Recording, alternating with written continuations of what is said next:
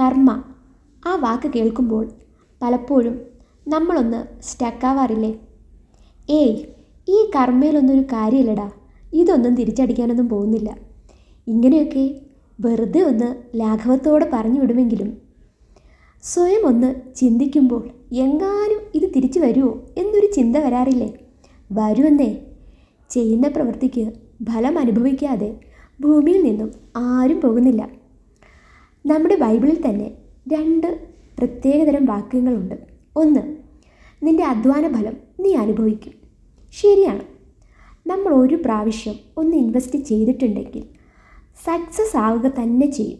ഒരു പക്ഷേ ടൈം എടുക്കും, ബട്ട് നമ്മൾ എന്താണോ കൊടുത്തിട്ടുള്ളത്, നമ്മൾ എന്താണോ അധ്വാനിച്ചിട്ടുള്ളത്, അതിനനുസരിച്ച് കിട്ടുക തന്നെ ചെയ്യും. നെക്സ്റ്റ് വൺ, നിങ്ങൾക്ക് ഓരോരുത്തർക്കും പ്രവൃത്തികൾക്കനുസൃതം ഞാൻ പ്രതിഫലം നൽകും. നീ എന്ത് പ്രവൃത്തിയാണോ ചെയ്തിട്ടുള്ളത് അതിൻ്റെ പ്രതിഫലം കിട്ടുക തന്നെ ചെയ്യും, അത് പോസിറ്റീവായാലും നെഗറ്റീവായാലും. പക്ഷേ നിങ്ങൾക്കറിയത്തില്ലേ, നമ്മളൊരു ലോൺ എടുക്കുമ്പോൾ തിരിച്ചടയ്ക്കുന്നത് എങ്ങനെയാണ്? വിത്ത് പലിശ. സെയിം ലൈക്ക് തിരിച്ച് കിട്ടുമ്പോൾ പലിശയോട് കൂടെ തന്നെ കിട്ടും. അത് നല്ലതാണെങ്കിൽ കുറച്ചധികം ഹാപ്പി ആയിരിക്കും. I am waiting for that happiness. Thank U.